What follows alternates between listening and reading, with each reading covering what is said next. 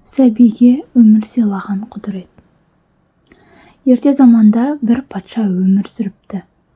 Патшаның қисапсыз байлығы болса да, үнемі қабағының астынан бір мұң бары байқалып тұрады екен. Сөйтсе, әлгі патшаның перзенті болмаған. Патша қапаланып, қайғырып жүргенінде бір күні жұбайы жыланның тіліне жерік екенін айтыпты. Осы сөзді қанша рет Құдайдан жалынып сұраса да, ести алмаған ол жүрегі жарыла қуанып жар салады. Егер кімде-кім менің жарлығыма құлақ асып, жарымның жерік асы жыланның тілін әкеліп берсе, соған жалғыз қарындасымды қосып, өзіме күйеу бала етемін. Бір ескеретін жайт, ол Сахарадағы жыландар ордасының патшасы атақты Афита Абжыланның тілі болуы тиіс депті. Үмітсіз сайтан демекші, байлық пен аса сұлу патша қарындасын алуға қызыққандар Сахараға жол тартыпты. Олардың ішінде шаһарда тұратын бір саудагердің Азу есімді баласы бар екен. Азу о баста өмірге келгенде жылан терісін жамыла туыпты. Өз терісінің пайдасын көрмекке әрі сынамаққа ол да үмітпен жыландар ордасына аттанады. Азу жолда келе жатып, әр жерде шашылған адам сүйектеріне көз сүріне береді. Бұлар да мен сияқты үміткерлер шығар деп топшылаған ол, өзі тек терісінің арқасында ғана аман келе жатқанын түсінеді. Ақырында көп қиындық көріп, Сахараға жетеді. Ордаға келген соң ол жыландармен тез араласып кетеді. Бірде жыландар патшасы тағамды өте жақсы даярлай алатын ашпазшы керек екенін жариялайды. Сынға түскендердің арасынан Азу озып шығады. Ол қолынан келген өнерінің барлығын жұмсаған екен.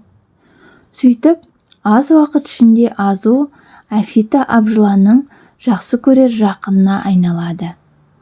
Әңгімеге тарта жүріп, жыландар патшасының жаны қолындағы сақинада екенін де біліп алады. Оны Афита масаңдау кезінде айтып қояды. Бір күні Азу тәтті тағам жасап, оған ұйықтататын дәрі қосады да Афита Абжыланға жегізеді. Ол қатты ұйқыға кеткен кезде сақинасын алып қақ бөледі. Содан соң тілін кесіп алып, түн қараңғылығымен тайып отырады. Бұл оқиғаны таң атқан соң, бірақ білген жыландар оны әр жерден іздеп, бері іздеп таба алмай қалады. Азудың оңай құтылуының себебі, Сахарадан шыққан соң ол адам қалпына қайта ауысып алады. Еліне аман-есен оралған Азу патшаға жыланның тілін әкеліп беріп, оның қарындасына үйленеді. Ал жерік асын жеген патша жары көңілі судай тасып, айы күні жетіп ұлды болады. Ұлан-асыр той жасайды. Той десе қубас домалайды демекші, бұл тойға баяғы Азуды іздеп жүрген жыландай келіпті. Ол Азуды иісінен танып қалып, санын бір-ақ соғады. Ішіне кек түйіп, өз ордасына қайтады. Келген соң бұл жаңалықты басқаларға айтып береді. Мұны естіген жыландар ашуланып, адамзаттан кек алмаққа бекінеді. Улы тілі арқылы адам баласына зиян келтіріп, ұрпағын кеселге душар еткізетін Афита Абжыланның жұбайы Флита Абжылан қатты ызаланып, оны өлтірмекке өзі аттанатынын мәлімдейді. Афита Абжылан дүние салған кезде ол қасында бола алмапты. Алысқа қонаққа кеткен екен. Араға біраз уақыт салып, Флита Абжылан патшалыққа келеді. Азуды іздеп жүріп, бір үйдің түндігінен сығалап қараса, бесіктегі жас баланы көреді. Бұл жаңа туған нәресте патшаның мұрагері еді. Ол бар ашуын осы баладан алмаққа бекінеді. Үйде жан жоқ кезде пайдаланып, түндіктен түсіп, баланың қасына енді жақындай бергенде, есіктен бір әйел кіріп келіп, жылан сасқалақтап қалады.